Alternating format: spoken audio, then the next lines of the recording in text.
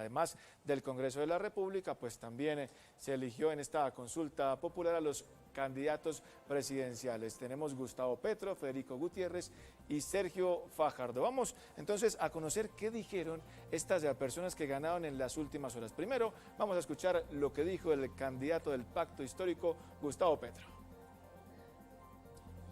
Bueno, vamos a ir más adelante con esto, ya le vamos a dar paso a nuestro compañero Juan Carlos Mira. Estaba escuchando que íbamos a ir con la intervención y lo que dijeron después de conocer los resultados estos precandidatos y ahora candidatos a la presidencia de la República. Juan Carlos, buenos días, adelante con toda la información y cuéntenos qué dijeron entonces los candidatos después de conocer estos resultados. Aníbal, 6 de la mañana, 7 minutos, como usted lo dice, se definieron las consultas presidenciales para elegir, lógicamente, estos candidatos que optarán por la presidencia de la República, que iniciará en el mes de agosto, este nuevo periodo, y el mandatario que va a reemplazar, en este caso, a Iván Duque, actual presidente de la República. Son 3 los ganadores: Gustavo Petro, está Fico Gutiérrez y también está Sergio Fajardo. En las últimas horas hemos conocido las imágenes de la celebración en las sedes de campaña de estos 3 candidatos ahora a la presidencia de la República y sus declaraciones, como usted lo dice. Estas imágenes en principio corresponden a el candidato Gustavo Petro, que en las últimas horas en un hotel de la capital de la República estuvo con sus demás compañeros de coalición. Vemos a Francia Márquez, a Camilo Romero, estuvieron allí esperando los resultados y posteriormente entregando las declaraciones tras conocerse la victoria de Gustavo Petro. Vamos a escuchar a Gustavo Petro, sus palabras tras conocerse su victoria en esta consulta presidencial. Queremos invitar a toda Colombia. Aquí los únicos que no caben son los corruptos, los genocidas. Del resto, toda la sociedad colombiana está invitada a construir las fuerzas que nos permiten una gran nación, una potencia mundial por la vida. Y en esa perspectiva, el trabajo hay que duplicar.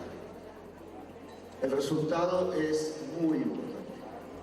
Somos la primera fuerza en el Senado de la República. Primera fuerza en número de cámaras y primera fuerza en número de senadores. El Pacto Histórico ha logrado el mejor resultado del progresismo en la historia de la República de Colombia. 6 de la mañana, 9 minutos, ya escuchamos a Gustavo Petro, ahora veamos a Federico Gutiérrez, las imágenes con su equipo de coalición, Equipo por Colombia justamente. Federico Gutiérrez también celebró junto a su familia y sus demás compañeros de coalición el triunfo de ayer confirmado en este preconteo de la Registraduría Nacional. Estuvo acompañado, por ejemplo, de David Barguila, quien estamos viendo en imágenes, y Federico Gutiérrez superó a Alex Char en esta consulta. Alex Char fue el segundo más votado en esta consulta del Equipo por Colombia. Vamos a escuchar las declaraciones de Federico Gutiérrez. Escuchamos lo que dijo tras conocer su victoria. No ha ganado una persona, sino una idea, un llamado y un anhelo nacional: proteger nuestra democracia y proteger nuestras libertades. El orden lo garantizaremos con carácter, luchando contra la corrupción, fortaleciendo la seguridad y combatiendo sobre todo las injusticias. Todo corrupto que se robe los recursos de las obras, de la alimentación de los niños o el presupuesto público, y todo aquel que atemorice y violente a los ciudadanos y a su vez a sus familias, queda notificado de una vez que vamos a perseguirlo, vamos a combatirlos y sobre todo vamos a derrotarlos.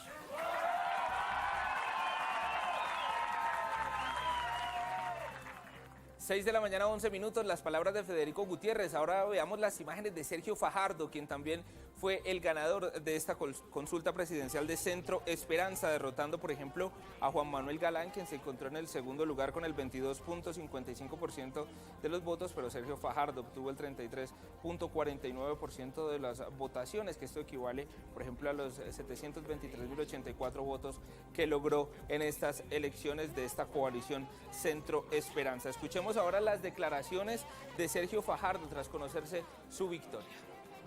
Acaba de terminar la primera etapa y Colombia nos está esperando a nosotros para unirla, para cambiarla y para curarla de tantas heridas y tanto odio, tanto miedo, tanta rabia que hay acumulada en nuestro país. Libre del clientelismo, libre de los puestos, libre de los contratos, libre de las influencias que no deben ser parte de la política, y me estoy dirigiendo a esa Colombia libre, a esa gran mayoría de colombianos, de colombianas que creen que nosotros somos el camino para superar esa polarización, esa misma polarización que se está repitiendo hoy, porque esta película ya la vimos hace 4 años.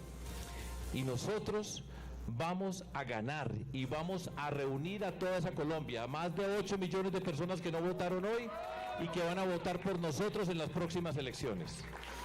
Terminó esta etapa con todos los obstáculos, como he dicho, que hemos venido superando.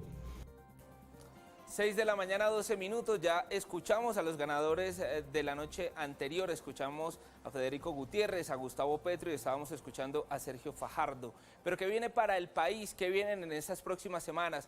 Mientras se define finalmente el próximo presidente de la República, pues hacemos contacto a esta hora, a las 6 de la mañana, 13 minutos, con John Torres, editor de la Mesa Central de El Tiempo. John, buenos días y bienvenido, gracias por estar con nosotros en Arriba Bogotá. Hola Juan Carlos, pues un saludo para todos, para toda la audiencia de City TV. Y aquí en efecto desde muy temprano y ayer hasta muy tarde, de hecho hasta la madrugada, conectados llevándoles a los colombianos toda la información y todo el análisis de lo que ocurrió este 13 de marzo. John, vemos que finalmente las encuestas acertaron y eran los ganadores que en definitiva muchas encuestas estaban pronosticando. Sí, o sea, sin duda el mapa, la foto completa le salió bien a los encuestadores con algunos ajustes. No todos daban al pacto histórico con tan buenos resultados en el Congreso. Lo que uno ve de esta jornada electoral en la que la participación de todos modos de los colombianos fue baja, Juan Carlos, más o menos fue el 46% de los colombianos que acudieron a las urnas. Fueron 18.034.781 votantes. Estoy mirando aquí la aplicación de la registraduría para Senado. Y el censo electoral en Colombia está casi en 39 millones. Eso es una participación baja, fue más alta la de hace 8 años comparativamente en porcentajes. Y hay que ver si para el 29 de mayo, que es la primera vuelta de las presidenciales, pues los colombianos van con más fuerza a las urnas. Pero aquí lo que uno puede mirar en principio es que claramente, como se anticipaba, Gustavo Petro tiene la primera mano, tiene en este momento que una oportunidad muy grande por primera vez de izquierda de llegar a la presidencia de Colombia, pero no lo han ganado todavía. ¿Por qué? Porque en Colombia más o menos necesita 9 millones y medio, 10 millones de votos la persona que gana. Ese fue el porcentaje con el que se alzó con el triunfo la oportunidad pasada el presidente Iván Duque, precisamente contra Gustavo Petro. Y en este momento el plante del pacto histórico, que uno podría decir que todo es de Petro, es de 5.5 millones de votantes. Esa es la mano con la que arranca Petro, la primera mano sin duda, pero le va a tocar trabajar fuerte, empezar a llamar sectores, a ver si logra alianzas. De hecho, hoy arrancan esa jornada de buscar alianzas. Esos meses de buscar alianzas, nos quedan 2 meses casi, y lo que vamos a ver es que todo el mundo va a intentar atraer a sectores que no necesariamente se reflejan con todas sus propuestas, pero que seguramente van a buscar el candidato que de alguna manera es un poquito más cercano. No el que lo recoge totalmente, pero es más cercano. Y aquí lo que vamos a ver es una batalla por conseguir la mayoría de apoyos. Petro va a buscar al Partido Liberal, sin duda, ya ha hecho coqueteos con Gaviria, y vamos a ver en qué termina esto. Y Fico, que se perfila como el candidato de la centro derecha, el líder, como lo decíamos en el tiempo del todo con Petro, todos contra Petro, que eso se ha visto siempre cuando hay un candidato que va adelante. Lo que muchas fuerzas políticas van a intentar hacer ahora es aglutinarse alrededor del candidato más viable. Y entonces Fico va a empezar a hablarle a ese sector como de derecha, que siempre le ha hablado, de centro, que busca mano dura, pero también ayer escuchábamos algo interesante, Juan Carlos, y es que les hablaba a los promotores del acuerdo de paz diciendo el acuerdo de paz se cumple, las FARC tienen que cumplir, pero también les vamos a cumplir a los desmovilizados.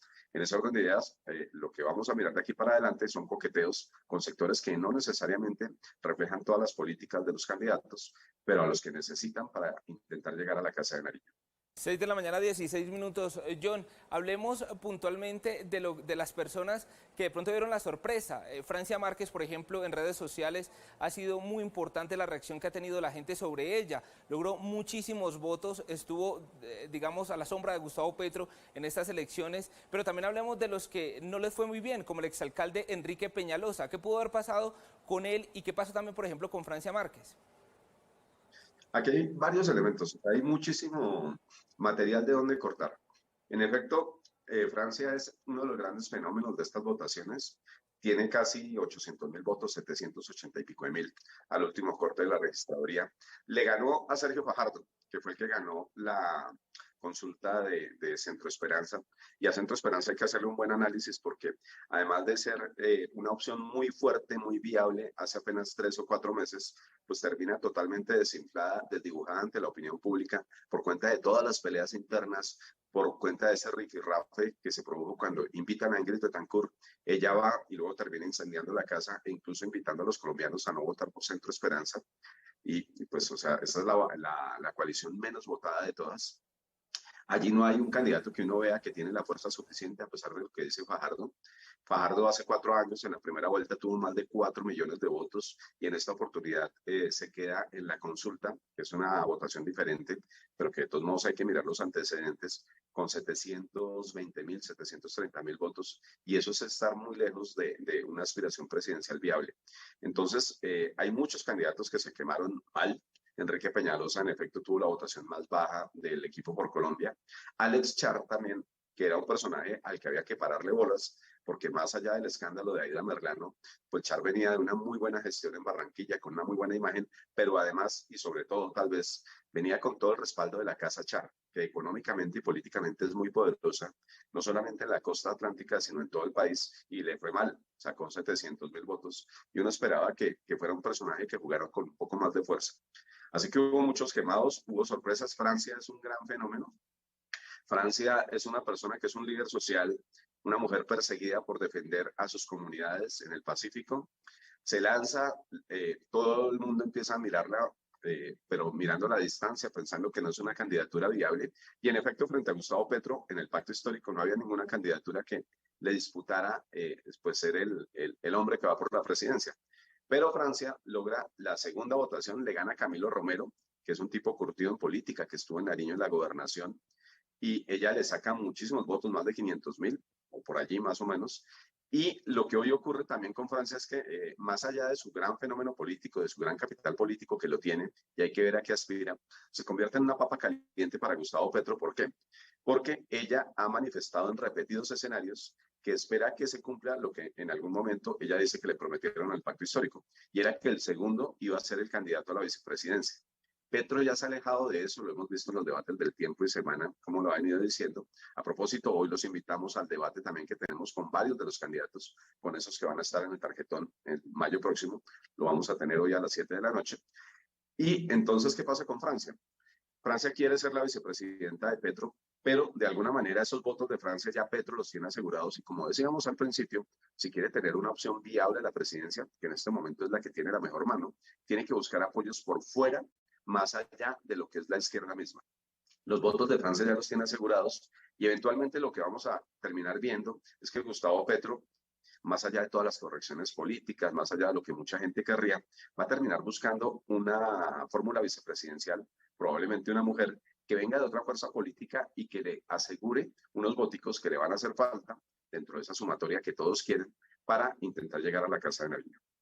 John, usted hablaba de los quemados y ahora quiere pasar al Congreso de la República, porque tuvimos ex celebridades de la farándula colombiana, tuvimos, por ejemplo, periodistas como Mabel Lara, tuvimos a Carlos Negret, que fue defensor del pueblo, tuvimos deportistas como Katherine Ibargüen, tuvimos hasta locutores de radio que se postularon al Congreso de la República. ¿Qué pasa muchas veces con este tipo de personalidades que intentan salir de su círculo habitual, de la televisión, de los escenarios, para ir al Congreso de la República y no lo logran?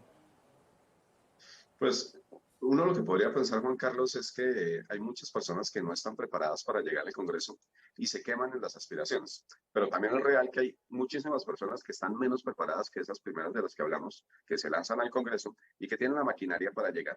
Yo creo que en estas votaciones de Congreso hubo hechos importantísimos. algunos que sí sorprenden a las encuestas porque el pacto histórico no aparecía, por lo menos no en todas, como la primera fuerza en el Senado. Lo que estamos viendo hoy es que el partido de Gustavo Petro consigue 16 curules, hasta el momento prácticamente son las que va a tener. Luego vienen el Partido Conservador y el Partido Liberal con 15. Y en Cámara, Petro también consigue un número importante de representantes. Al final va a terminar el pacto histórico con 42 senadores y representantes a la Cámara, superado solo por el Partido Liberal, que llega a 47 escaños combinadas las dos cámaras. Y aquí hay varias lecturas posibles. Primero, el Centro Democrático sufrió, ¿sí? ¿Por qué? Porque Álvaro Uribe no estaba en el tarjetón, sus candidatos no convocan y sin embargo la mayor votación para Congreso, sobre los 200 y pico mil votos, es la de Miguel Uribe, que era la primera, el número 1 en el tarjetón del Centro Democrático, y la segunda votación más alta termina siendo para María Fernanda Cabal, también del Centro Democrático, uno de esos personajes que en la política colombiana es absolutamente extremista, pero les gusta a algunos y consigue su capital, tiene su nicho. Uno lo que ve en esto es que en estas votaciones para Congreso no hay los grandes personajes, no hay los gigantes electorales que hubo antes. Entonces, por ejemplo, Álvaro Uribe en el 2018 saca 875.000 votos, incluso menos que en el 2014, pero lejísimos de la cifra más alta de votaciones de ahora en el 2022. Lo que uno ve es que en el Congreso hay personajes ya que son un poquito más normales, más del mundo de la política, y así vamos a ver este Congreso seguramente con personajes no tan destacados y no tan relevantes como Uribe. Tampoco fue al Congreso porque se mandó a las consultas Jorge Enrique Robledo, que era el senador más votado de la izquierda. Y ustedes ven además el resultado maluquísimo, malo, que tuvo Robledo en la consulta, porque queda pues prácticamente de último en Centro Esperanza. No le fue nada bien. Ayer su cara lo reflejaba en la celebración, entre comillas, porque como les digo, celebración en el Centro Esperanza no puede haber mucha, porque la pelea interna, el canibalismo, acabó con una opción que en un principio se mostraba muy viable, y entonces en el Congreso ya no tenemos esas grandes figuras que van a convocar. Lo que vamos a ver en este momento es un pacto histórico fuerte, un partido liberal que habrá que verle a qué le juega, porque la posibilidad de una alianza entre el Partido Liberal y Gustavo Petro es amplia. Ya han venido coqueteando, han venido hablando Petro con César Gaviria, el expresidente y director del Partido Liberal, y si llegara a darse ese escenario de el pacto histórico unido con el Partido Liberal, pues allí tendrían unas mayorías, no unas mayorías completas, pero sí un plante también importante para ver qué puede pasar en el Congreso. Lo que vemos también de aquí en adelante es que llegan personas desconocidas, algunas sin experiencia, algunos partidos se quemaron de la manera más complicada, el nuevo liberalismo terminó pues siendo solamente hasta anoche, tenía un solo cupo a la Cámara de Representantes, con Julia Miranda, que fue exdirectora de Parques Nacionales, pero de resto ninguno de sus personajes, a pesar de que algunos venían de figurar en la opinión pública, en noticieros, pues ninguno de esos personajes llegó a nada. A Juan Manuel Galán tampoco le fue muy bien, saca la segunda votación en el Centro Esperanza, pero son menos de 500.000 votos.